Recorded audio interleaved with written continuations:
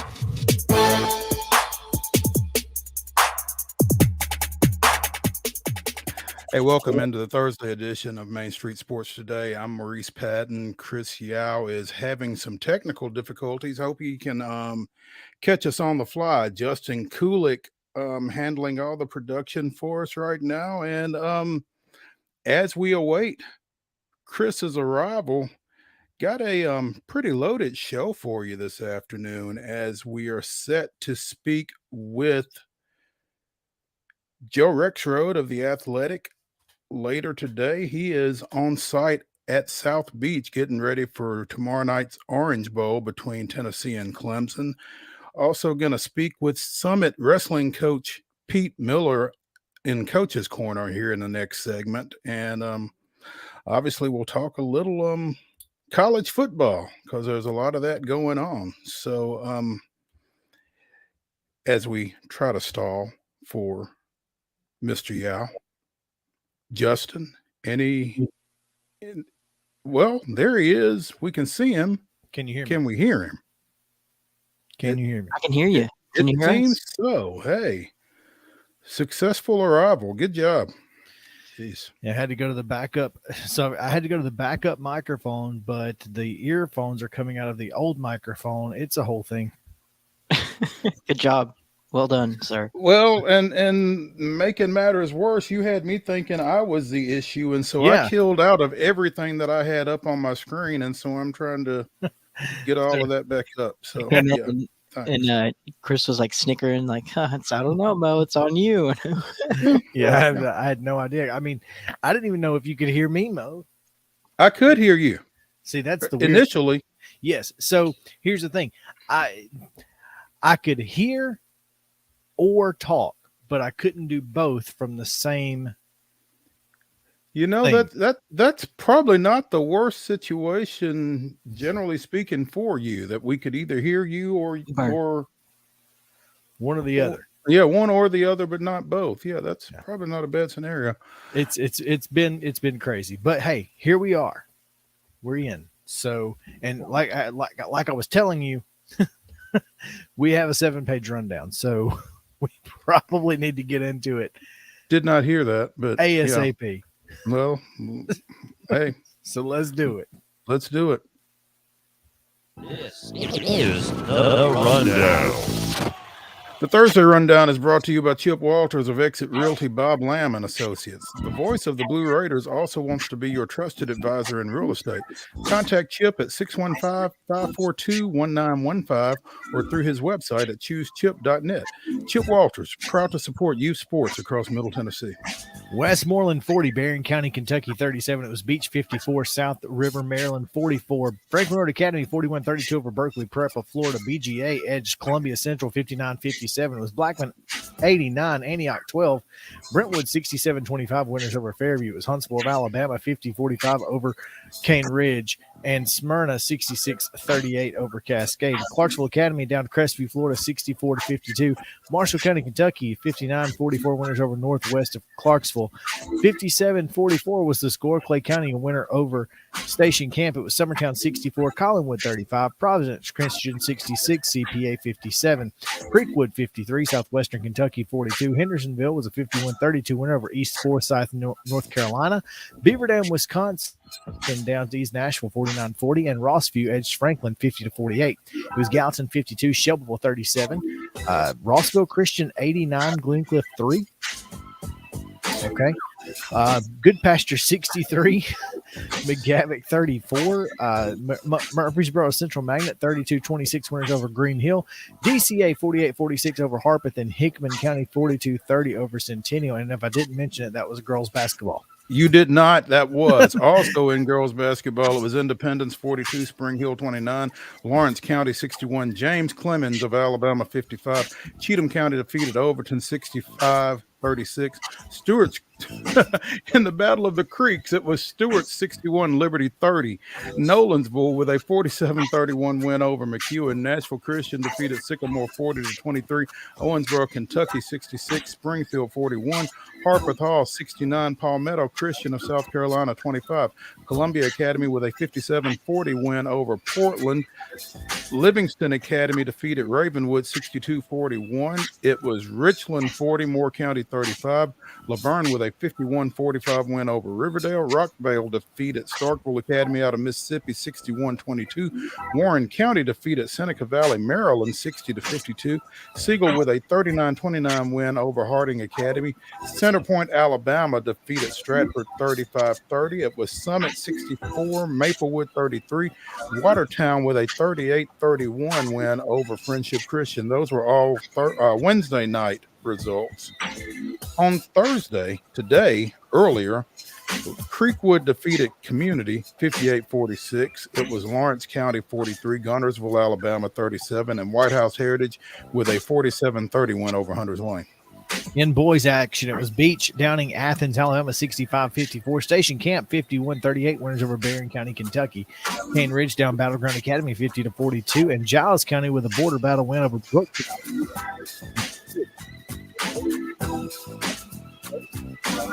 Mount Bethel Christian earned a 60-58 win over Clarksville Academy.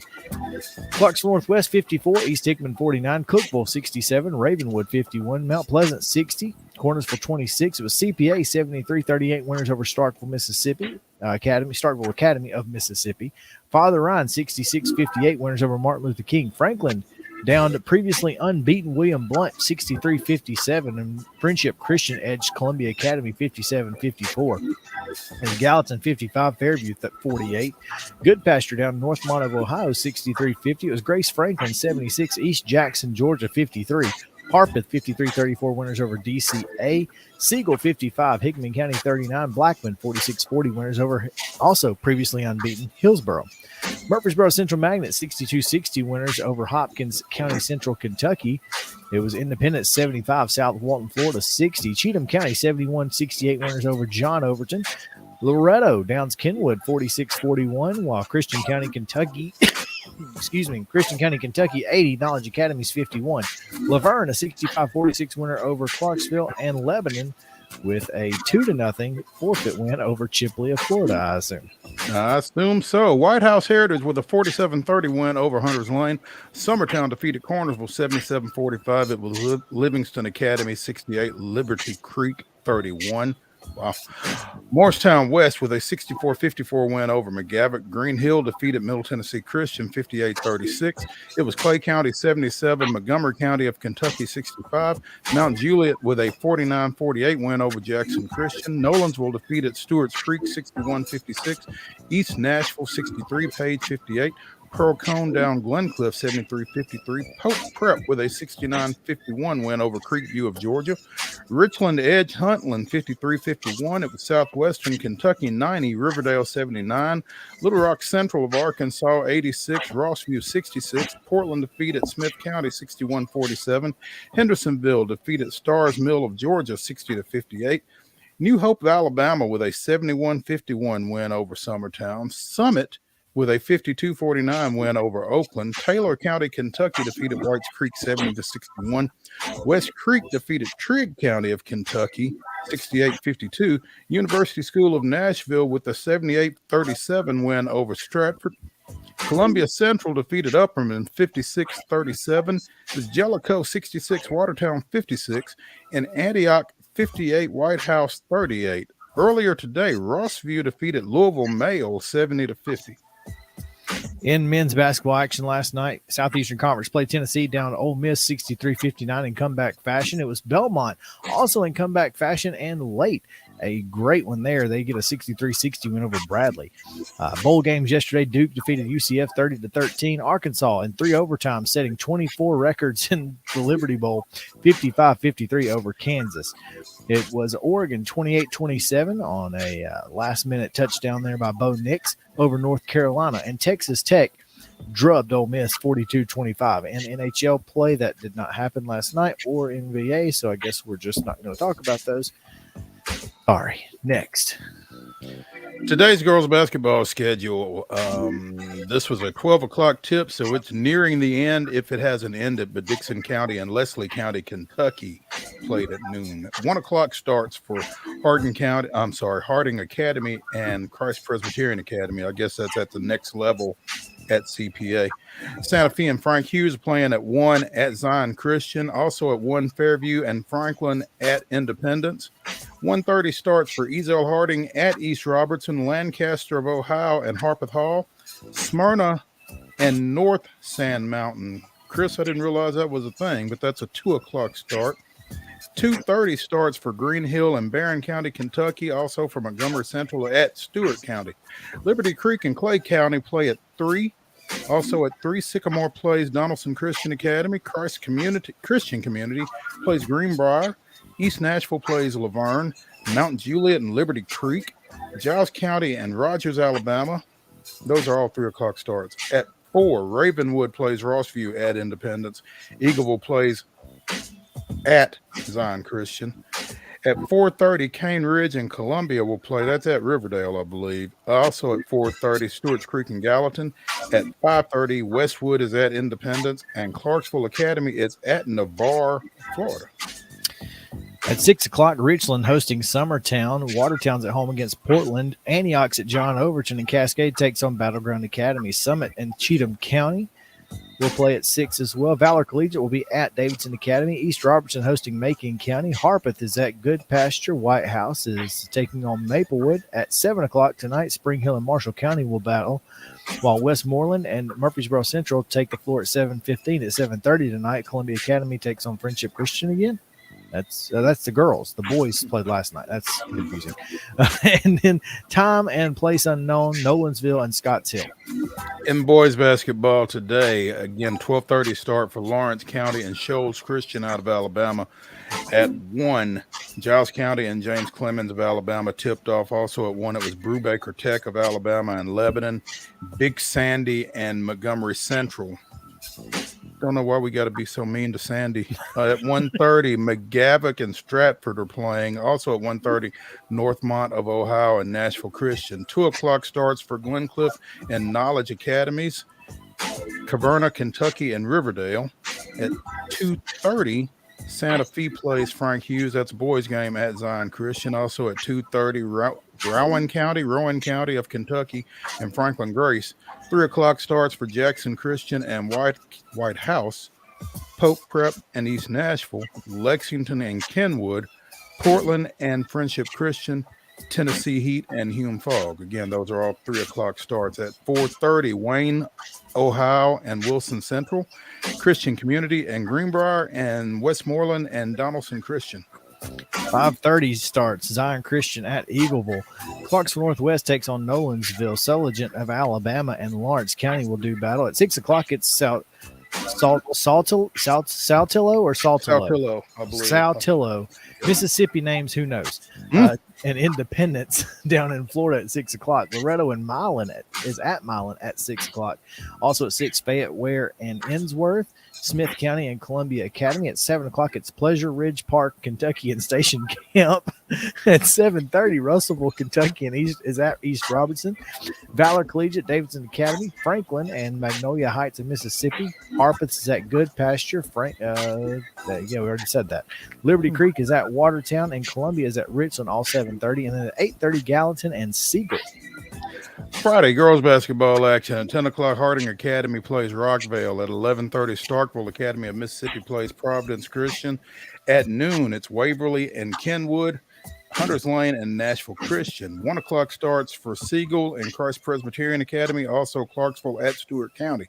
2 o'clock, Bowling Green, Kentucky plays at Ensworth. 3 o'clock, White House Heritage plays Davidson Academy. Greenbrier plays Ezel Harding. At 4, Santa Fe is at Zion Christian. White House plays Friendship Christian at 4:30. Also at 4:30, Shelbyville plays Stewart's Creek. At 6, Columbia Academy plays at Watertown. Also at 6, Giles County plays West Limestone of Alabama. Valor Collegiate plays at Good Pasture, and Christian Community is at East Robertson. Monday night at 6, Columbia Academy is at Ezel Harding. Pretty sure that's a doubleheader. All right. Boys basketball action tomorrow at 9 a.m. Westmoreland and Hume Fogg. 10:30 is Hunters Lane and Wilson Central. At 11:30, McKenzie and Montgomery Central. Marion County of Alabama and Lawrence County at 12:30. At 1 o'clock is James Clemens and Beach. 1:30 is Wayne, Ohio and Nashville Christian. At 2:30, Frank Hughes is at Eagleville. At 3 o'clock, Columbia Central and Livingston Academy do battle. At 4:30, it's Davidson Academy and White House Heritage. Also at 4:30, Liberty Creek and Jackson Christian, as well as Russellville, Kentucky, and Greenbrier. At 5:30, Santa Fe's at Zion Christian. Antioch takes on Friendship Christian at 6 o'clock. At 7:30, the rest of these Christian Community is at East Robertson. Morristown West at Good Pasture. Tennessee Heat and Valor Collegiate, and Mount Juliet at Watertown. And that Columbia Academy Ezel Harding could be a doubleheader. I don't know. Yeah. Women's basketball action at the collegiate level. SEC matchup. Mississippi State is at Memorial Gym against Vanderbilt. That's a 5 o'clock start. It's on SEC Network Plus. I guess it's also 5 o'clock. Sorry. Okay. Tennessee is at Florida at 5 o'clock on the SEC Network Plus. 5:30. OBC action. Morehead State is at Tennessee State. That's on ESPN Plus. And at 6 on ESPN Plus, Charlotte is at the Glass House against the Lady Raiders of Middle Tennessee State. Friday on ESPN 3 at 6:30, Valparaiso plays at Belmont. Saturday, 1 o'clock starts for Kentucky State at Trevecca, UT Southern at Your choice. Talladega at 1 o'clock. 1 o'clock on ESPN Plus, it's Arkansas Little Rock at Tennessee State. And at 2 o'clock, 100 Miles of Hate, women's style. MTSU is at Western Kentucky. Women's junior college action. Columbia State plays Chipola at the Lake Charles Classic. I guess that's in in Louisiana. In Lake Charles, Louisiana, where a little Bessie girl I once knew. Oh, Lord. That's on Saturday? Saturday. Okay. All right. Sunday, SEC play. Alabama's at Tennessee at 11 o'clock on SEC Network, followed at 2 by Vanderbilt at LSU. Also at 2 on ESPN Plus is Incarnate Word at Belmont. Monday, 5 o'clock, ESPN Plus has Austin Peay and Queens. And at 6, North Alabama is at Lipscomb.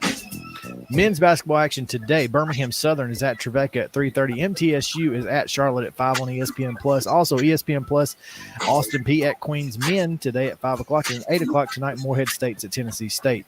Tomorrow, Stetson at Lipscomb at 2 o'clock on ESPN Plus, as well as Southeastern Louisiana is at Vanderbilt. That's a 6 p.m. start on the SEC Network Plus. Saturday, Austin Peay is down at North Florida. That's a 1 p.m. tip. You can see it on ESPN Plus. Reinhardt is at UT Southern at 2. Western Kentucky 100 Miles of Hate is at Middle Tennessee State on Saturday. Men's action at 3 o'clock. That's on CBS Sports Network. And Arkansas Little Rock will be at Tennessee State at 3:30 on ESPN+. Sunday, Belmont goes to Southern Illinois at 4 o'clock. You can see it on ESPNU. And then Monday, Lipscomb is up at Liberty, 6 p.m. on ESPN+. College football bowl action in the Pinstripe Bowl ongoing right now. Minnesota leads Syracuse 14-0 with a minute and some change to go in the first half. That's the Pinstripe Bowl. That'll be followed at 4:30 or closely on ESPN by the Cheez-It Bowl between Oklahoma and Florida State. At 8 o'clock tonight, you've got the Alamo Bowl, Texas and Washington. And tomorrow night, 7 o'clock, Orange Bowl, plenty of orange as Tennessee takes on Clemson. Again, that's 7 o'clock start on ESPN. NBA action this weekend. Tonight, the Grizzlies are at Toronto. That's a 6:30 start on Bally Sports Southeast. 7 o'clock on Saturday, the Grizzlies are at home against New Orleans. That's also on Bally Sports Southeast, as is their Sunday game at home against Sacramento at 7 o'clock. Tonight, Nissan Stadium, 7:15, on Amazon Prime. You've got the Tennessee or Channel Titans. 5. Or Channel 5, okay. You've got the Tennessee Titans taking on the Cowboys. You don't have that on here, so I don't know. Yeah, I just saw it come across my Twitter. Hockey action Friday. The Preds are on the road at Anaheim. That's a 4 o'clock start on Bally Sports South, followed by a Saturday 2 o'clock matinee at Vegas on Bally Sports South. And that, mercifully enough, is your rundown.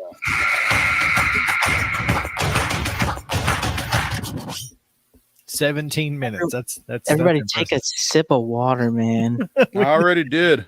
We need to take a sip of something. Yeah. Goodness. Take a shot of something. That was crazy. Unbelievable.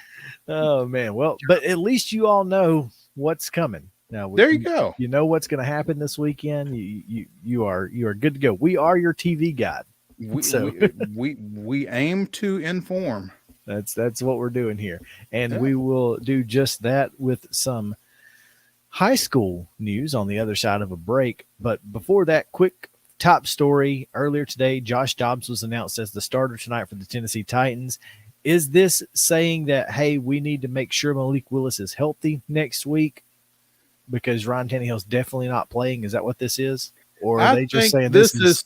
I think this is saying we don't want to sacrifice Malik in this ball game. And so Josh Dobbs is the sacrificial quarterback. He is the lamb. Sorry, bro. Enjoy Hang with him, Josh. Good luck, buddy. That's all we can tell you, because you don't have Henry. You don't have any wide receivers. Good luck, buddy. Enjoy. And you got very little offensive line. Yeah. Oh, yeah. So there's that. We've got some other stories we want to get to, and we will get to them before we pick college football later. But we've got high school hardware. We'll hand out some on the other side of a break, as well as Pete Miller, Summit Wrestling coach, will be on Coach's Corner. So you guys stick around here on Main Street Sports, presented by Mid Tennessee Bone and Joint. We'll be back after this.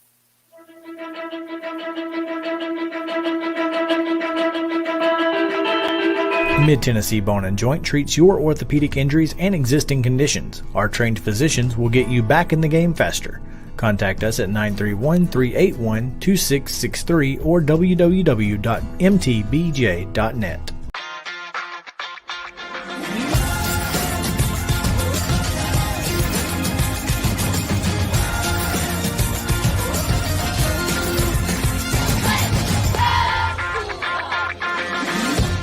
Hey folks, while we take a quick break from the show, I want to tell you about our friends over at Custom Stone Handlers in downtown Columbia.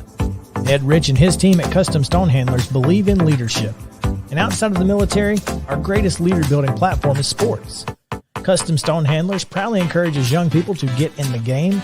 You can contact them today at 931-490-4990 or visit CustomStonehandlers.com. Jones & Lang Sporting Goods here in Columbia has been outfitting teams, officials, and anybody else from T-ball to college for 50-plus years. Be sure and check them out at 931-388-8060 or online at jonesandlang.com. Jones & Lang Sporting Goods, the look of a winner. Zion Christian Academy, ZionEagles.org or 931-388-5731. You can schedule your appointment. Go tour their campus. It is beautiful over there, and you're definitely going to want to see it. Again, it's ZionEagles.org. Give them a call, 931-388-5731, and schedule your tour today. Are you an enthusiastic sports fan? Want to have fun and get in on the action? Heck yes, that'd be awesome. Have great attention to detail? Want to stay active? Definitely. Want to give back to the student athletes in your community? Obviously, yes. Then you'd make an excellent high school sports official. We need more officials in Tennessee, because with no high school officials, there are no high school sports. Sign up today at highschoolofficials.com. Mid-Tennessee Bone and Joint has been the official sports medicine provider for Murray County Schools for more than 40 years. We specialize in orthopedic injuries, and our Ortho Quick walk-in service lets you bypass the ER. Visit us online at www.mtbj.net.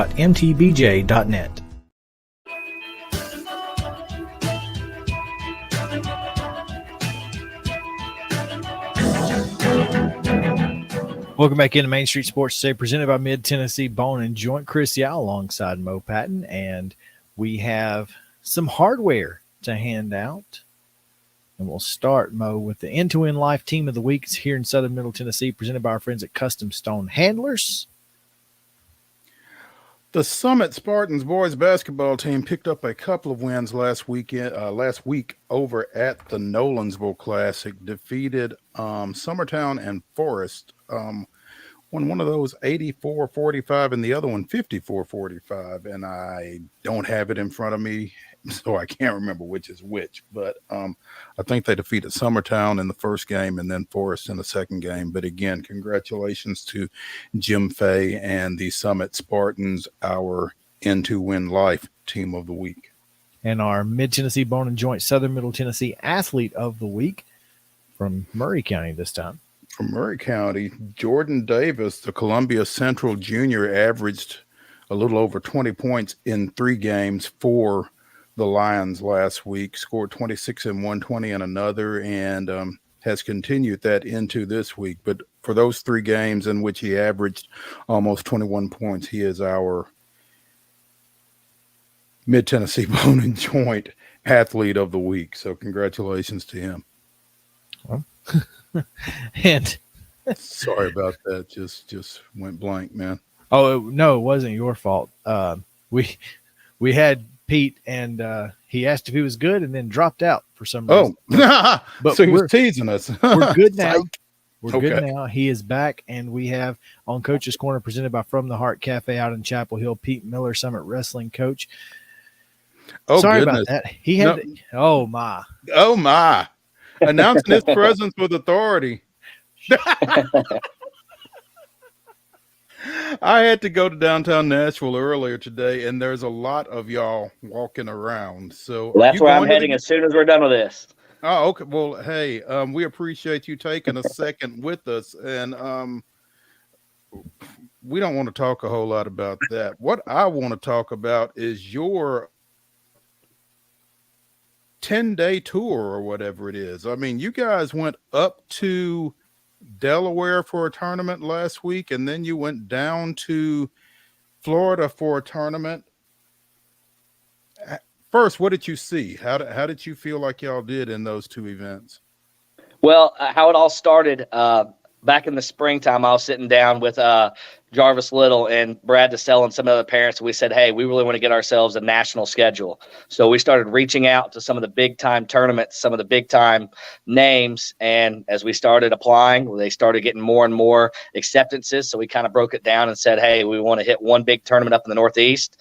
And as you could tell, the Beast of the East is the tournament in the United States. And then we wanted to hit the Knockout Classic down in Orlando, Florida, to be able to get some of the Southeast competition. So yeah, we've had a really tough last 10 days, but it was definitely worth it. I got a lot of wrestlers that want to wrestle at the next level. And so I told them, hey, if this is what you want to do, I'm going to go ahead and introduce you to the type of, training and the type of traveling that you would see at the next level. So everybody responded.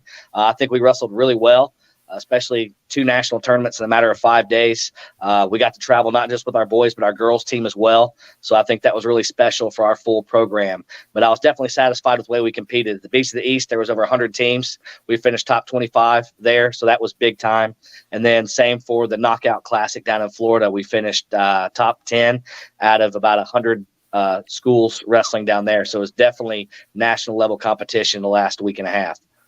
Pete, I'm fascinated by the logistics of that type thing. I mean, you are a fairly sizable high school in Middle Tennessee. Did y'all fly? Did y'all drive? What type fundraising did y'all have to undertake? I don't want to know how much it cost you guys, but I mean, how do you come up with the support for that type of travel? Well, like you said, it takes a village. I have a great support group of a wrestling family at Summit High School. Some of my right-hand guys, Brad DeSell and Jarvis Little, we traveled the country together. We were sitting in Fargo this past summer, for 10 glorious days.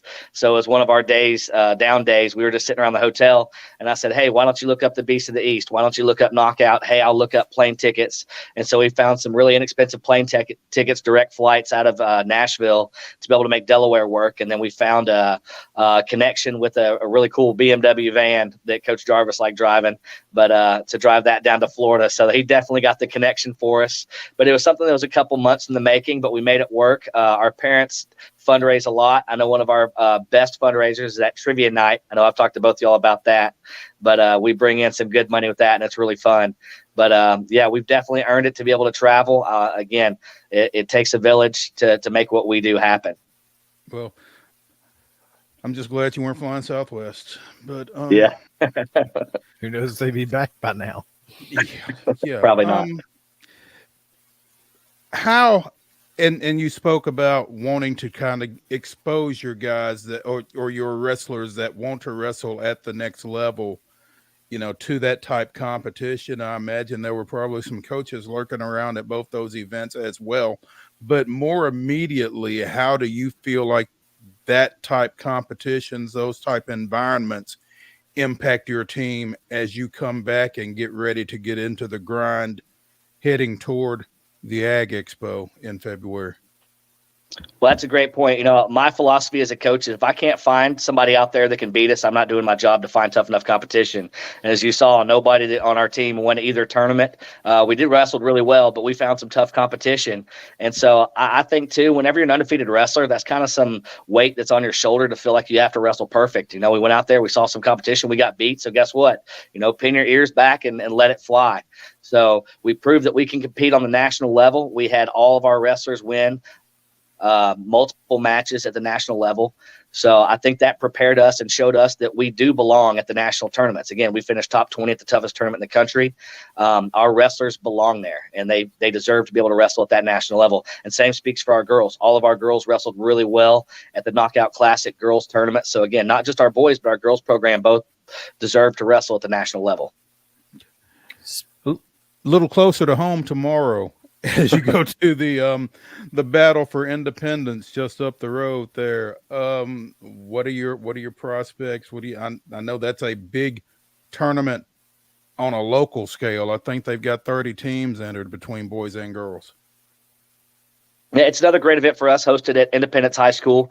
So the Independence family, Jared Grindstaff runs a great tournament. He does one of the best jobs of anybody on track wrestling. But I enjoy it because we can enter multiple wrestlers in a weight class, so I can see some of those number 2 guys I necessarily haven't gotten to see in the last 2 weeks. But also it's another chance for our girls to wrestle at the varsity level, so I get to be at the same place, because I wish I could split myself up, but unfortunately I got 3 programs wrestling pretty much every weekend, and I can only be at one spot. So I really enjoy the ability for a tournament to be able to host multiple levels at the same place, because that definitely helps me out a lot.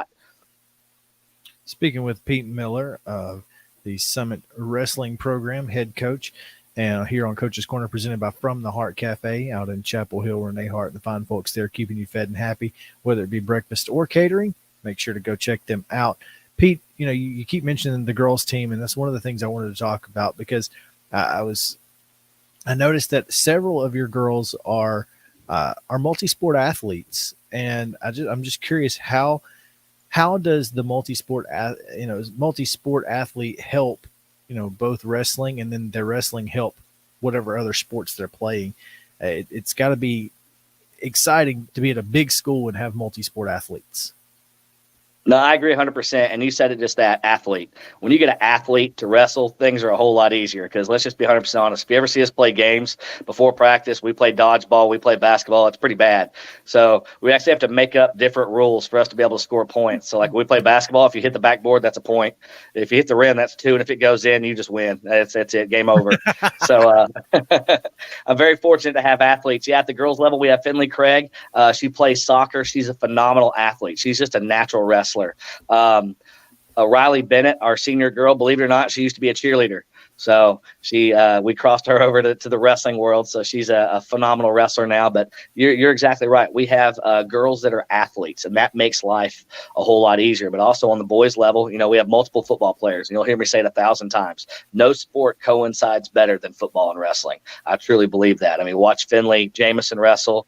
We have Cooper Phelps back out this year, who's a wrestler. Austin Sherman, who's also a football player that's a wrestler. So I truly think that those sports definitely coincide with one another. We have a lot of guys too that run cross country in the fall. And I know as far as that mental toughness and that physical toughness, if you ever send me a cross country runner, I can guarantee that they can handle the physical and mental toughness that it takes part to be in wrestling. Hey, if you run on purpose, you're pretty tough. Correct. They call us crazy. No, people that run for fun, they're the crazy ones, not wrestlers. Amen.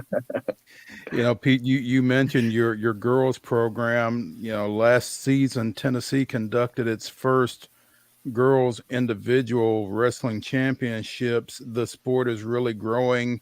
And there are, as you talked about, you have wrestlers that want to wrestle at the next level. I would imagine some of those are on the girls' side, and there are opportunities for folks to do that now. Increasingly. Oh, absolutely. Absolutely. Girls wrestling at the college level is one of the fastest growing sports, if not the fastest growing sport in the United States. I mean, almost on a daily basis now, you're seeing programs all over the country, not just Division I, but all divisions that are picking up girls wrestling. And I think this is great. It helps out with Title IX. It helps out with saving the sport of wrestling for everybody. So I definitely think it is great for the United States as a whole and just collegiate wrestling to be able to add girls wrestling. As you saw today, a lot of the girls wrestlers that are wrestling at Iowa, today's their first day of competition. So they've been chomping at the bit, just waiting to be able to take action. And the Iowa girls wrestling program unleashed today. So they're doing some great things. And, usually if you say the word wrestling, it always coincides with Iowa. So that's big, big, big today. That's awesome. That's awesome news. I saw something about another, a smaller Iowa school starting to offer women's wrestling. I think saw something on Twitter yesterday and retweeted it, but just it's beginning to really spread out. And again, just like the flag football that we've seen here locally, just offering more opportunities for girls and women athletes is never a bad thing, I don't think. Correct. I mean, it's an inclusive sport. It's a sport for all shapes and sizes of anybody, and it's not a very expensive sport to be able to start. And I think it's great for universities to be able to start up wrestling. I absolutely agree. Pete Miller again here on Coach's Corner. Coach, we appreciate you taking some time with us today. You always bring a wealth of wrestling knowledge to us, and we appreciate that more than you can know. And congratulations on those great that great last week that you had. I mean, you can't tell me that Tennessee doesn't have athletes in every sport, because we are certainly showing that in each and every week. But Pete, we appreciate it. Thank you so much, man. Stay warm out there. Thank you for having me. Go Cowboys. We'll talk to you later, man. That's Coach's Corner presented by From the Heart Cafe. Again, they've got great catering options, breakfast, lunch, dinner out in Chapel Hill. Make sure to go see them. Renee Hart and the fine folks there. Oh, Mo, we've got a couple of things that we need to get to, a couple of stories, but also we're going to pick a couple of bowl games. So we've got 2 non-New Year's Six bowl games. So we've got to pick those, and we'll get to a couple of other stories interesting here. So stick around. Main Street Sports Today, presented by Mid Tennessee Bone and Joint, is coming back right after this.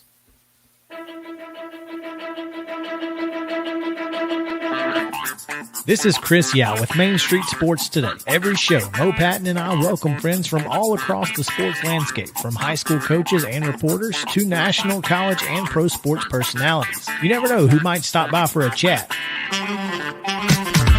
AP Tennessee Sports Editor, three-time Tennessee Sports Writer of the Year 2020 TSWA Hall of Famer. She covers the Titans, the Predators, the Grizzlies, college football, and hoops. Please make welcome Teresa Walker. Former University of Tennessee, former Team USA Olympian, ex-Cy Young Award winner, R.A. Dickey. R.A., did I miss anything? Man, that was sweet. Yeah, I need to listen to that before I go to bed every night. That was nice. Has 5 sports Emmys. That's not bad for the other guy in Wham, Ryan McGee. The other guy in Wham married the best looking girl, Bananarama, so the other guy in Wham had a pretty good life. From preps to pros, we're taking on the sports topics you care about. Tune in across Main Street Media social platforms at 2 p.m. or on demand on your podcast distribution platform of choice.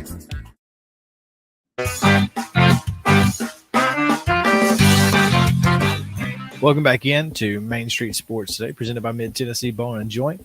I personally am glad to be here. Didn't know if I was going to make it. Thank goodness we did. I'm glad for you to be here. Oh man, that was rough, but we made it. We made it. Oh, a couple of things before we get into some pick'em here. Trevecca is now. First, let me say this. Mm-hmm. The irony of this headline is phenomenal.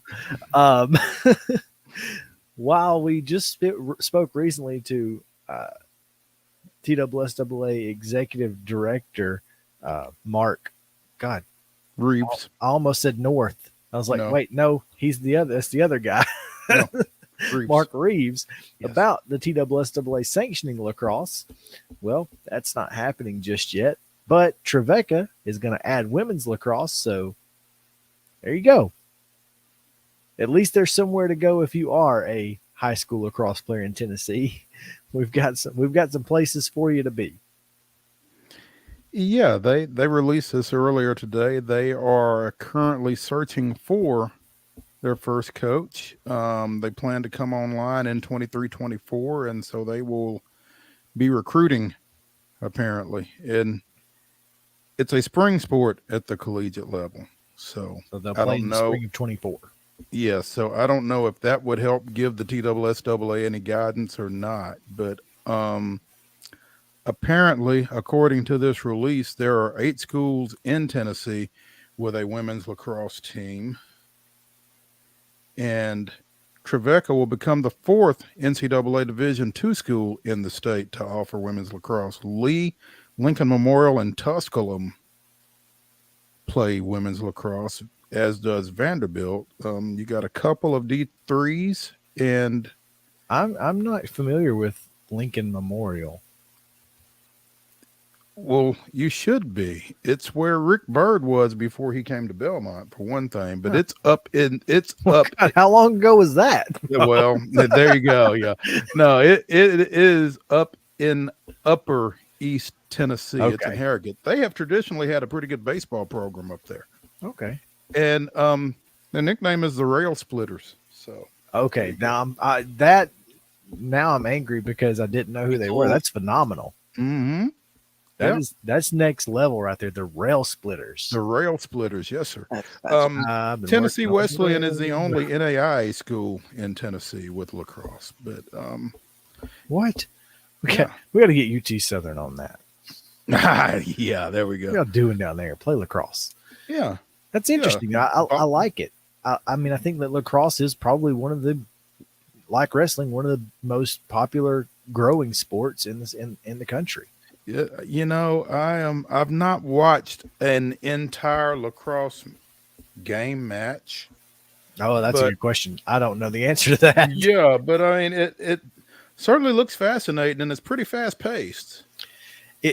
I think it kind of originates up in the Northeast, or at least that's where the good ones are. So it's probably a match. Mm-hmm. Yeah. If I had to guess, just based off, the way that they talk. Trevecca will be the 7th Great Midwest Athletic Conference universe or school to take on lacrosse. So yes, when I think Great Midwest, I think Nashville. Yeah, kind of like Missouri Valley or Ohio Valley for that matter. Yeah, well, Nashville has long struggled with that, going back to the Pacific Coast League. Nashville Sounds. Yes. So. There you go. But, speaking of baseball, yeah, we got 10 umpires retiring. And none of them is Angel Hernandez. Like, come on now. Yeah, that's pretty unfortunate. Yeah, there's an article up on ESPN.com. 7 crew chiefs. Ted Barrett, Greg Gibson, Tom Hallion, Sam Holbrook, Jerry Meals, Jim Reynolds, and Bill Welke are all hanging up their chest protectors, as Jesse Rogers says in this article. Also Marty Foster, Paul Nauert, and Tim Timmons. So, retiring at the end of the month. So I guess that's Saturday. And for some folks, these names may not necessarily mean anything. For some of us, they will. But Jerry Meals immediately jumped out to me because there was a Braves-Pirates game back in 2011, July 7th to be specific, that involved actually former MTSU catcher Michael McHenry on a tag that was ruled not to have taken place in the 19th inning of a Braves victory. It was a walk-off. So I remember that. Yeah. Well, Jerry Meals was the guy on that call. So how about that? That's interesting. Yeah. He was also behind the plate for Kerry Wood's 20 strikeouts. That's a much better memory for Mr. Meals, I'm quite sure. Right. It's like that yesterday when I saw the tweet that came up from Fox Sports MLB that said, what's the first name that you think of when you see this logo? It was the old Florida Marlins logo. And I said, Eric Gregg. Yeah, that's a good one. That's not what they expected, but that's a good one. Yeah. No, it's not. And speaking of the Marlins, they must have been listening to you down in Miami because they signed Gene Shigura. Yeah. How odd, huh? Yeah. When we were talking about the possibility of maybe him being a guy for the Braves to consider. Well, I guess the Marlins said, well, if the Braves are considering him, we probably need to jump on him. So I don't know what they looked like at shortstop last year. I can't remember, but he's going to be a nice ad for them. Yeah, they won't have. I mean, they got a lot of middle infielders, so maybe they're looking to get rid of one, particularly Jazz Chisholm Jr. But whatever. We take him. Yeah, I don't. Jose Devers was their shortstop last year. I don't remember that name, but I don't remember a whole lot about the Marlins, really. No, other than Don Mattingly and guys throwing at our guys. So I'm glad they're not doing that anymore. Yeah, that'll be good. So right before I came on the show, I got the news that a young man from my community, my hometown community, had passed away, and I was typing out the Facebook post that I was thinking about his family, and so I get off that post. I made the post, and I scrolled 2 posts down and see Pele died. Yeah. And I'm like, man, this is a really crappy day. Yeah. It's very unfortunate. Passed away at the age of 82. I mean, this was a guy who was just synonymous with soccer, obviously. I consider him still the GOAT. I don't know who might be challenging him, but to me, Pele is exactly, when I think international soccer, he's the first name that comes to mind. Well, he won 3 Gold Cups, 3 World Cups, excuse me. Yeah. Yeah, and anybody who plays soccer long enough to win 3 World Cups is pretty impressive. Yeah, exactly. Yeah. So that's 12 years. Apparently, his death was related to a colon cancer diagnosis that he had received previously. Went into the hospital back in November, and from what I gather, I guess he never came out. So again, Pele dies today at the age of 82. 82 seems like a pretty solid run with 3 World Cups under your belt. You hate to see colon cancer, man. You know what I want to say, but cancer. Yeah. No, let's not. I hate cancer. Cancer sucks. It does. There you go. It Cancer does. sucks. That's a good. There we go. Yeah. But yeah, so a couple of stories that we got out of the way there. Again, Josh Dobbs starting tonight for the Titans. We'll see how that goes. I bet he got that. He got that. And he was like, "Can I just not hold the clipboard instead?" I was really good at that. Like, I can definitely send in signals. Well, I mean, he's not been here long, but he's been here long enough to see Dennis Daly, and and he's been in the league long enough to see Micah Parsons, and so yeah, this isn't going to be good tonight. No, it's not for Josh or Tennessee. Yeah. But hey, seen him work miracles before. We'll see what happens. Juwan Jennings ain't walking through that door. I wish he was, though. Boy, we could use him. Right. Is he playing in San Francisco? He is. Yeah, okay. Yeah, okay. He is. I don't watch enough San Francisco to know. I saw him the other night, but Purdy seems to only throw to like 2 people. Yeah, well, I follow Juwan's dad and I are Facebook friends. So, I mean, I'm just saying that I wish he were in. I wish he were here. Oh, we sure. could certainly use it. Yep. Hang on just a second.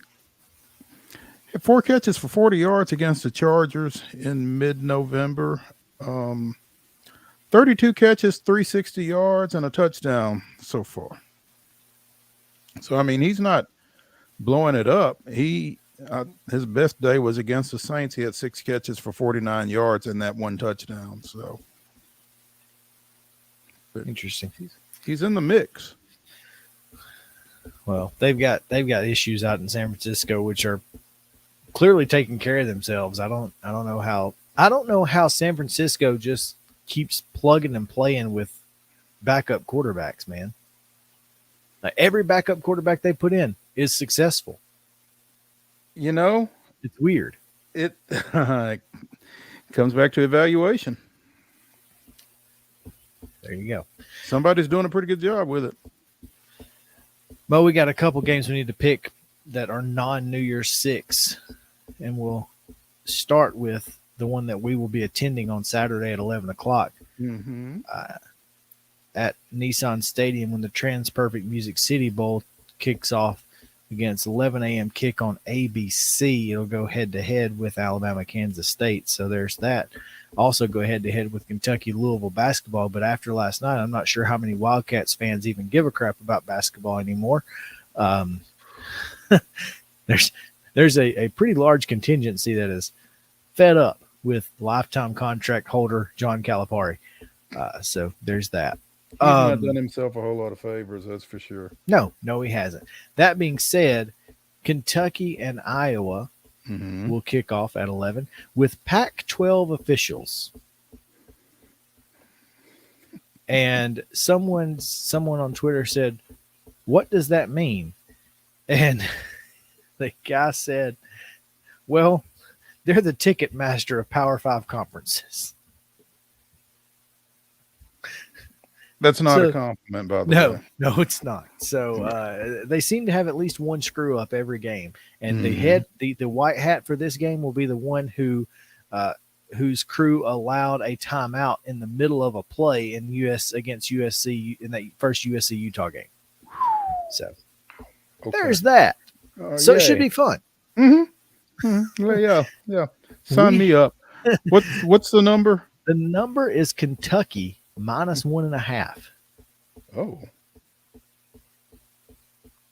Okay. Justin, do you have thoughts? I'm going to go Kentucky. Ooh. If you have 3 quarterbacks, Mo. If you have 2 quarterbacks, you have none. What happens if you have 3? Well, we'll find out on Saturday. Maybe Destin will just throw it. We'll just have 2 touchdowns on his first 2 drives, and they won't be able to take it out of his hands. Yeah, you know, it's funny. I was in the barbershop last week, and somebody was talking about Destin getting a chance to play this weekend, and the Devin Leary impending arrival and that kind of thing. And I'm telling you, when Destin gets on the field, they may not be able to get him off. That's what I'm saying. You know as well as I do. And this is the best defense in the country, allegedly. Now, well, so was Missouri, but anyway, I mean, and that's kind of where I'm at. So I'm going Kentucky goes out as there well. and plays well. I mean, and that's what I expect him to do. I'm going with the Wildcats. I think that's me. I think this is going to be a really bad thing to happen to Mark Stoops. Mark Stoops is going to regret this. Yeah, because here's the deal: if Destin goes out and plays well tomorrow, Saturday, excuse me, and then if you push this Devin Leary thing, and then Leary struggles early, then you've got all sorts of issues. More than you want to even think about. Yeah. So you know. Finally, Mississippi State, a 1.5 point favorite against Illinois and the Fighting Birds. Without their defensive coordinator, I would assume. Which one? Who is now the coach at Purdue. At Purdue, that's right. At Purdue, yeah. Mississippi State obviously has a lot to play for. Mm-hmm. What's what you got, Justin? I'm gonna go Mississippi State for sure. Hang on, I'm 1.5. What? How much? 1.5. One. Who's the favorite? Mississippi State. Mississippi State is a 1.5 point favorite. Yeah. As one of their athletic officials said, there was no way they weren't going to play in this bowl game. There is a pirate ship in the stadium. A literal pirate ship. Yeah, I cannot. Justin, what did you say? Mississippi State. Okay, all right, cool. I cannot imagine Mississippi State not winning this ball game. Yeah, I'm 1.5 points. It's just, and it's basically a pick 'em. So I'm going. Mm-hmm. I'm going dogs. Yeah. For sure. No Berts. What's a Bert? The Illinois head coaches, former Wisconsin, former Arkansas head coach Brett Bielema, but they lovingly call him Bert in Arkansas because he was so bad. So there you go. Hey, one thing real quick before we get out of this, I was scrolling through Twitter yesterday, and the Smokies Classic, King of the Smokies Classic, mm-hmm. There was a triple overtime game in this tournament. Now, if you're in a tournament, we're not playing triple overtime. We're shooting free throws until somebody misses or something. I can't be getting off time. First game of the day. Are you kidding me? No. We're doing something else. So we are not playing freaking overtime. We might play 1 minute overtimes. We ain't playing 4. You say that, but I just Tuesday night when I was down at Richland, Summertown and Huntland went to overtime. Fortunately, it was just one. I was about to say, I guess I could see one overtime, but after that, no.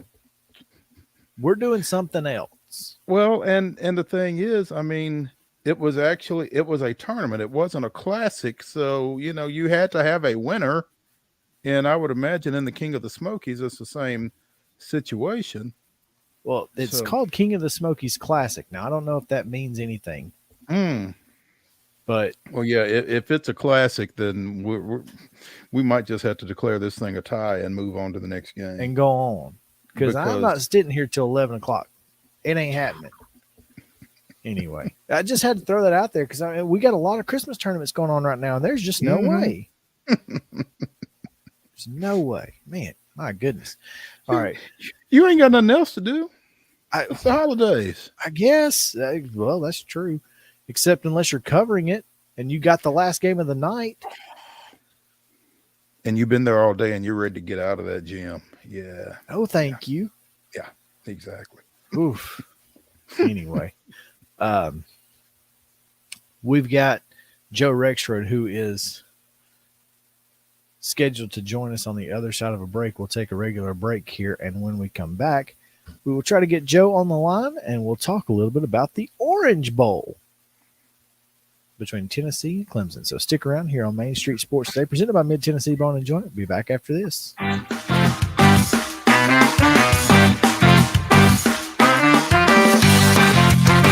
Mid-Tennessee Bone and Joint treats your orthopedic injuries and existing conditions. Our trained physicians will get you back in the game faster.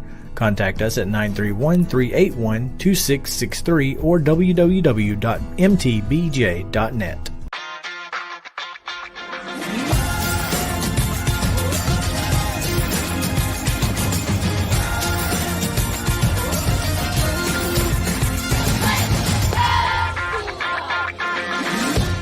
Hey folks, while we take a quick break from the show, I want to tell you about our friends over at Custom Stone Handlers in downtown Columbia.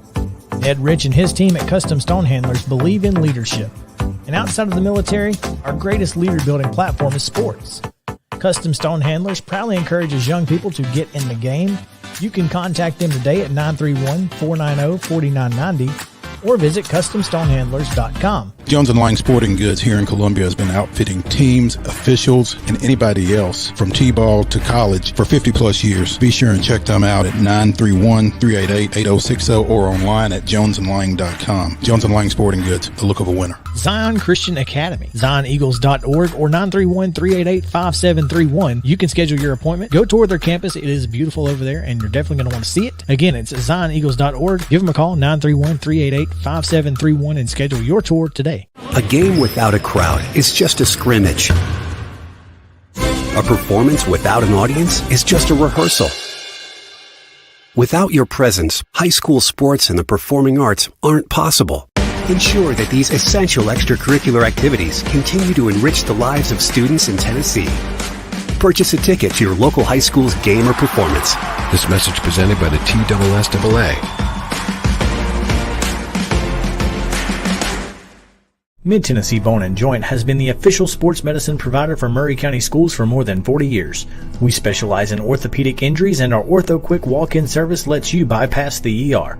Visit us online at www.mtbj.net.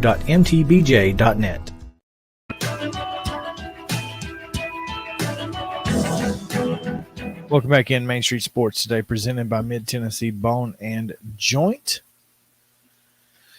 Chris Yao, Mo Patton here on this Thursday edition. Again, we will be out tomorrow. Mo and I have other responsibilities outside of broadcasting that we have to take care of. We've got a print product to get out, so we'll have to take care of that tomorrow. So we will be back on Tuesday, just like last week. We'll be off Friday. We'll re-air this episode tomorrow ahead of the weekend. And on Monday, a best of episode will come your way. Now, we need to talk about the Orange Bowl. It is tomorrow night, 7 o'clock, ESPN. A lot of orange to be had. The Tennessee end zones are checkerboarded, so that was pretty big. Didn't see that one coming, so that's exciting. But to talk a little bit more about what might actually happen in the game, we go now to the Athletics' Joe Rexrode. Joe, how are you? I'm good, guys. How are you? Yeah, you're real good. So total disclosure here, I tried to get this guy on with us yesterday, reached out to him on Tuesday, said, hey, can you come on with us on Wednesday? And it's like, well, promised the wife we'd go down to South Beach. So Joe is on location for the Orange Bowl, which if the other option was a Nissan Stadium Thursday night game that won't have Ryan Tannehill, Bud Dupree, or Zach Cunningham, all of whom have been placed on IR here in the last 10 minutes, by the way, I'd say you made the right move, Joe. Yes, and actually, I'm in Hollywood Beach now, so so hopefully I sound okay. But we've been walking around, so it's like, hey, if Mrs. Rexrode wants to go somewhere while on this work trip with me, we're going to go there. There you go. And yes, I'm okay. I'm okay not being at the Titans game tonight, which should be awfully interesting. That's a word. Interesting is a word for sure. But Whoop. Did we lose Mo? I think we did. Obviously, Hendon Hooker isn't available. Chris, you still there? I saw you go out. Are you back or what? I don't know if I went away. Joe, did you hear the question? I missed some of it, and I heard Hendon Hooker. Yeah. I was just saying your game is going to be interesting given who UT has or doesn't have available as well. Exactly. Yeah, and I mean, to me, it's a huge opportunity for Tennessee. I mean, it's the biggest bowl game in a long time. I feel like that just seems to mean less in college football now. Like to play in it used to be playing a New Year's Day bowl game, which is of course what the Orange Bowl always was, and then it's even like a BCS game, a BCS bowl game, and now a New Year's Six. But it doesn't feel the same with a 14 playoff. Maybe that's just me. But you're talking about a chance to finish in the top 5, chance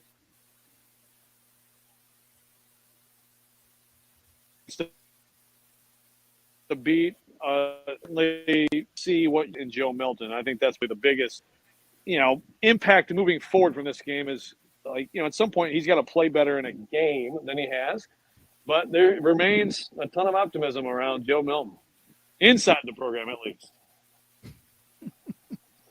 Wait, I like that caveat, Joe, and I mean I go back to the great piece that you did on him early in the season last year, maybe preseason, I'm not sure, but he came into the program from Michigan with such promise, and then when he got out on the field, it never really came together. What do you feel like has taken place since he yielded the starting position to Hendon Hooker? Well, I think he's gotten better, and but that's still more based on what people are saying than what we've seen. But you know what?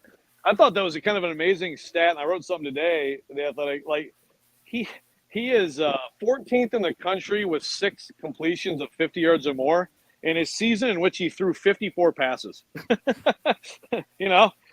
That's the thing. He actually, I thought, threw a couple of the prettiest deep balls I've ever seen this year. But then you get to the Vanderbilt game and he overthrows like 3 touchdowns. And you're like, nothing's changed, So I get it. I feel like with Joe Milton, I mean, he may be.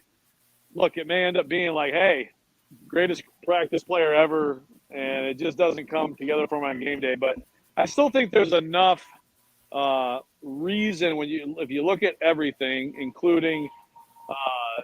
Just he wasn't good enough last year. Hendon Hooker was much better, but that's a full almost 2 seasons ago, and they feel like he's improved a lot. And look, I think he's the clear favorite to start. Not that Nico Iamaleava couldn't challenge him, but man, it's going to take. It's some incredible performance by Nico in camp, and it's probably going to take Joe Milton faltering. But I do think that this game is going to kind of help set that course a little bit. I think if he plays well in this game, I think that makes it even tougher to think of Nico being the starter at least early next season. I mean, that the first overthrow Milton throws next year, the Tennessee message boards will just be lighting up with screens for Nico. Joe, as far as this game is concerned, a lot of folks are upset, not upset necessarily, but worried because of the wide receiver opt-outs, Cedric Tillman, Jalen Hyatt, etc. But when you have a guy like Joe Milton, who has been taking second team snaps all year, having second team wide receivers at his disposal, that seems like it would be a positive in this one. Yeah, well, and plus it's like a lot of these guys that he's going to be playing with next year, right? I mean, basically, like this could be his trio next year, right? If it's Squirrel White, Brew McCoy, Ramel Keaton, I mean that could be his. And as we know, in 2 seasons of Heupel here at Tennessee, it basically like he likes to find a 3 and then go with that 3, even though they play that tempo. And you would think maybe there'd be more rotation. There hasn't been in 2 years, so. Now, I do think that there's a couple things. One, I think there's some excitement about Chaz Nimrod, and we'll see, next year. And then also there's still the possibility of someone in the portal who maybe could supplant Keaton. But look, Ramel Keaton, every time he gets a chance, he plays well. Mm-hmm. And so, yeah, look, I think this is not just a look at Milton. I think this is also a look at Milton and the guys who are probably going to be the primary pass catchers for him next year. Switching sides of the ball for just a second, Joe, and we're speaking with Joe Rexrode of The Athletic here on Main Street Sports Today, presented by Mid-Tennessee Bone and Joint. Joe, were you nothing surprises you in college football anymore. That said, were you surprised that Jeremy Banks opted out? It was weird timing, so it caught me off guard.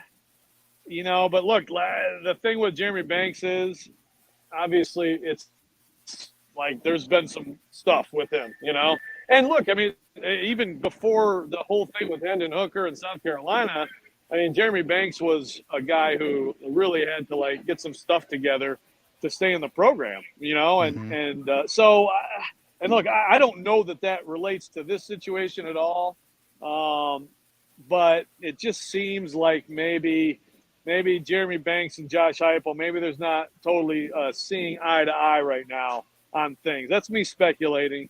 Like I said, I was taken a little bit aback by the timing. It makes me wonder if that something like that is part of this. I tell you, say what you want about Jeremy Banks, but he has been a very good player for them, and I think he's been an emotional catalyst for the defense. He's a tremendous blitzer. He makes plays. I mean, I think he has a chance to stick somewhere in the NFL. And I think they're gonna miss him in this game. And I think next year they gotta find someone else to do some of the things that he did. That being said, obviously we saw what Tennessee's defense looked like without Jeremy Banks in mid-November, and it wasn't great. With that, and obviously how well Clemson's offense looked in the ACC championship game post DJ Uiagalelei, is there any way that Tennessee can win this game? What if they can? How do they have to do it?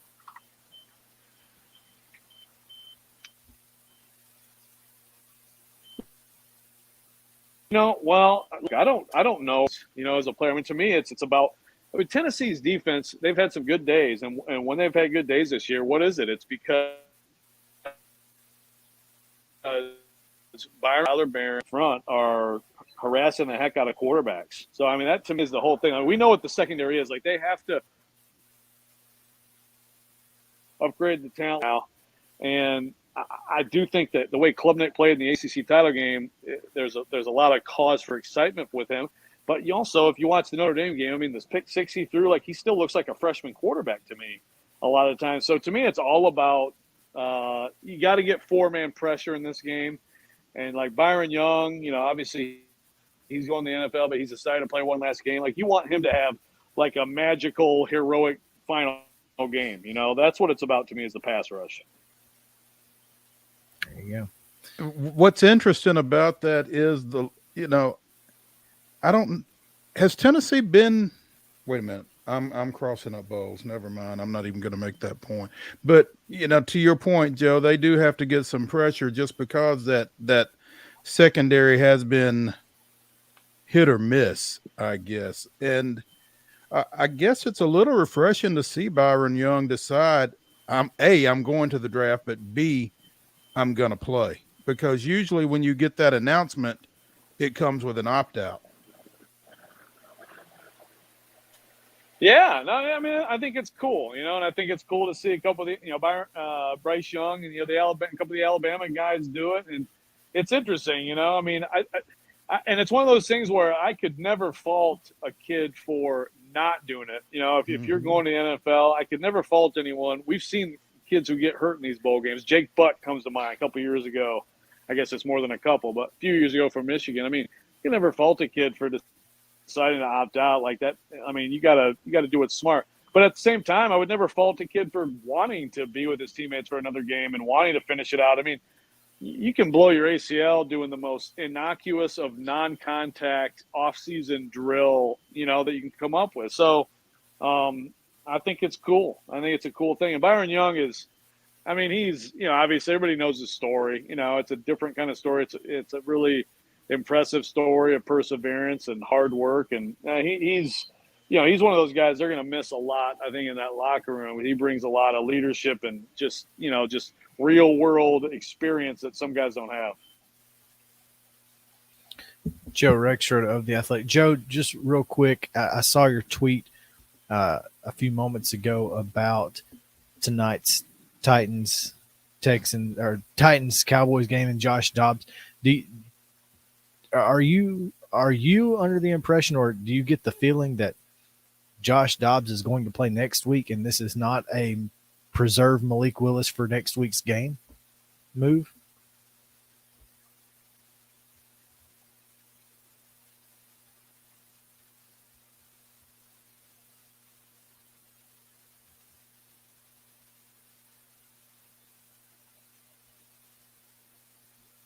Sounds like we may have lost Joe. It does. I'm really curious. That's I'm really unfortunate, curious 'cause that was a about good this. question. Yeah. Because he seemed to have his thought is that this is getting Dobbs ready for next week. Yeah, there's I'm seeing some other thoughts along those lines on Twitter as well. So interesting, man. Yeah. Well, I would. Who knows, man? It's crazy. I certainly didn't expect to see Josh Dobbs playing quarterback for the Tennessee Titans in the winner take all. Sure. Yeah. Week 18 game, but here we are. Man. Okay. Let's take a break. We've got New Year's 6 games to pick. So let's do that. And we'll be right back here on Main Street Sports Today, presented by Mid Tennessee Bone and Joint. Stick around.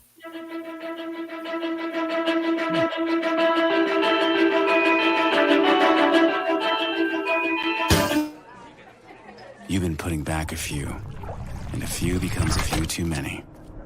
For a moment, you think about calling for a ride. Nah, you live nearby. What's the worst that can happen? You get pulled over, your insurance goes up, you lose your license, you total your car,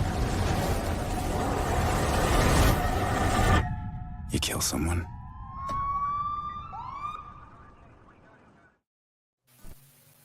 Mid Tennessee Bone and Joint treats your orthopedic injuries and existing conditions. Our trained physicians will get you back in the game faster.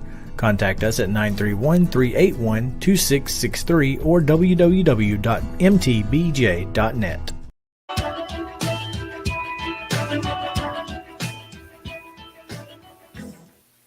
Welcome back in Main Street Sports Today, presented by Mid Tennessee Bone and Joint. Chris Yao and Mo Patton. We have one final segment the rest of the way, and looking forward to the New Year's 6 and college football playoffs.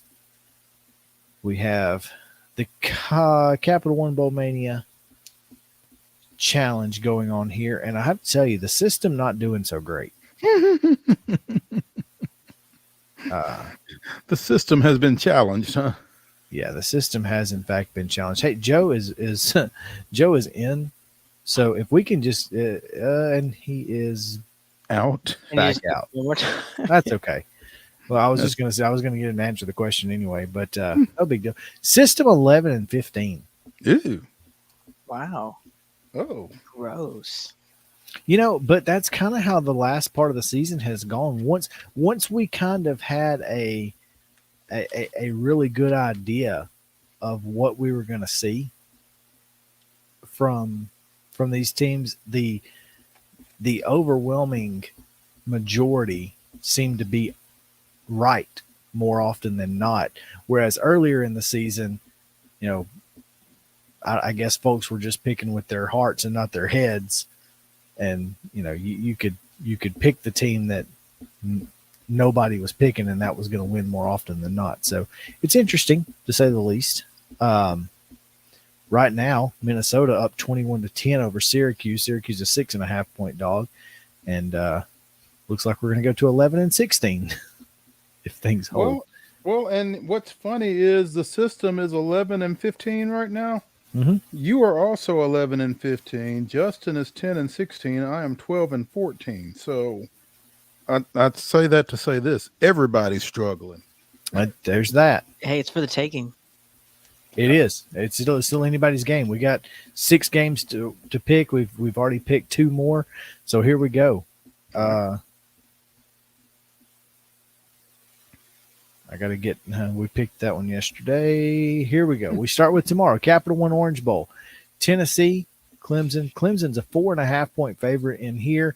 They've since moved to a 6-point favorite.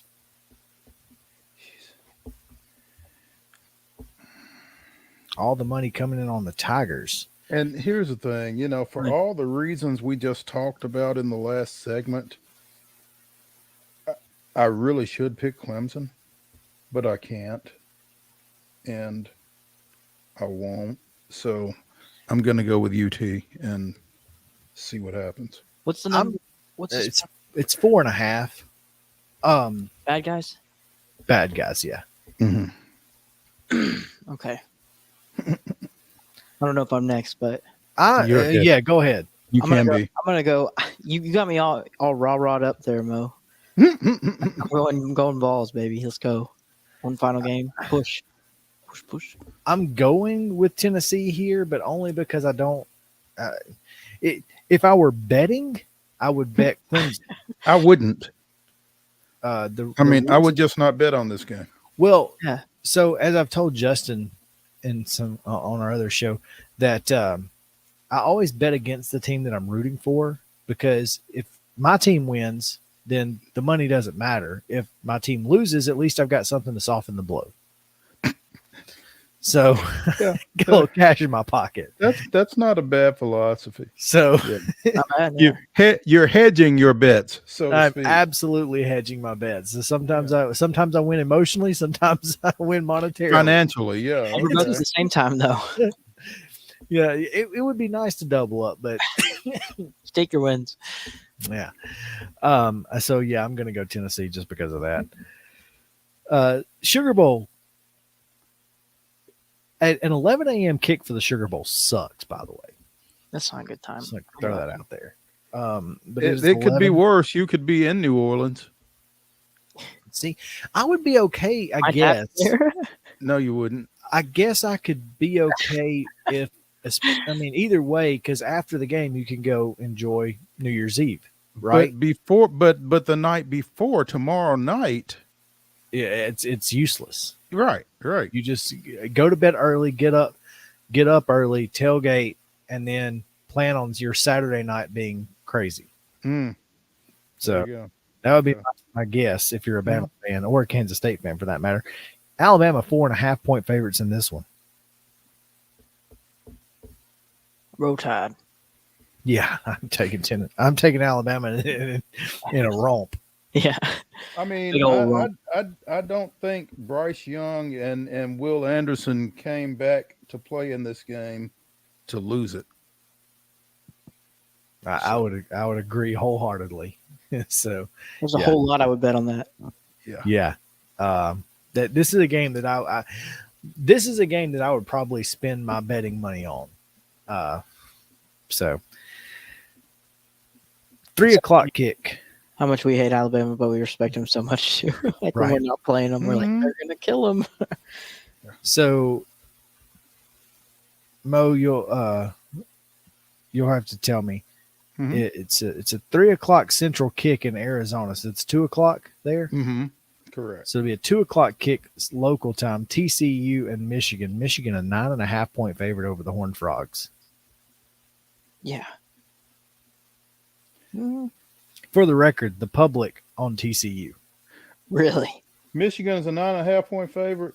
Correct. That's a I'm big taking number. Michigan, and I'm going to enjoy every minute of it as Sonny Dykes decided to run his mouth here in the last little bit about the SEC and its Week 10 and Week 11 schedule, and we had to play Texas. Maybe he should be a little bit more concerned about the Wolverines and what's going on in the SEC in Week 10 and 11. But, yeah. I felt like TCU was going to get exposed at some point all year. This is as good a time as any. Let's go Khakis. Justin? Yeah, no, I'm gonna go. Man, that's just a big number. I'm gonna go with Michigan. Let's ride. It is a big number, though. You're right. 7:00 kick, Peach Bowl, which means 8:00 local time. Jesus, that's terrible. Ohio State. Do what? It's just too late, is what it is. It is. If you're in the Eastern time zone, that's terrible. 6.5 point favorites are the Bulldogs. Georgia. 75% of the public on Georgia. I see that. I mean, that makes sense to me. Georgia by about a touchdown. That works for me. Give me the Bulldogs. I think it's going to be more than the touchdown, so I got the Dogs. I'll go Dogs. I don't like it, but I'll go that. Cotton Bowl. This one's on Monday at noon. Tulane, USC. Tulane, a 1.5 point dog. 81% of the public on USC, but Caleb Williams is he going to play? Is not going to play? No, he got hurt in the Pac-12 championship game. I don't know if he's going to play or not. And you said Tulane as a 1.5 point dog? Correct. Dog, not favorite. Dog. Correct. Wasn't Heisman? Caleb did win the Heisman, yes. He was hurt during that. Like he was on a boot or something. Yeah, I don't think he's going to play. Yeah, I don't think he would either. So yeah, I'm going to go the other team then. You're going Tulane. Oh, this Tulane, would be big for the group of 5, by the way. It would be big for the group of 5. It'd be huge for Tulane to beat USC. And they're sneaky good. I would not want to play them. I'm going USC. I'm going USC as well, but I don't like it. As Justin said. Also, Justin, did you say Tulane? Oh yeah, all day. Okay, all right. Also, Monday at noon, Citrus Bowl, LSU and Purdue. Obviously, it's not a New Year's Six Bowl, but close enough. Purdue, a 5.5 point dog to the Tigers, the Bayou Bengals. Playing without their coach and without their quarterback? Yep. Right? Is Purdue. Yeah, is Purdue. So yeah, I'm going Jalen LSU. Daniels. I'm going LSU. I am too. Spoiler maker. Uh-oh. Oh. You just wanted to say that. You just wanted to say spoiler maker. I'll never bet on Purdue. So you got LSU? Yeah. I do too. And final pick of the week, Rose Bowl. It's a half point here. A half a point. It's a pick 'em. Penn State, Utah. Technically, Penn State is the favorite, but it's a half a point, so it's literally a pick 'em. Half a point. Wow. Yeah, I'm going Nanny. Lions. I have no idea how good Penn State really is, but they've won every game that they've won by double digits, so I'm going to go with the Nittany Lions as well. But Cam Rising is good. Cam Rising is good. Utah is good. You know, they beat USC twice. I'm going with Utah. They also lost to Florida, but hey, I get you. I get you. All right, that's going to do it. We've got 10 seconds, so we have to say goodbye. We'll see you on Tuesday, and enjoy your New Year's. We'll talk to you next year, Mo. Be safe, ladies and gentlemen, the weekend.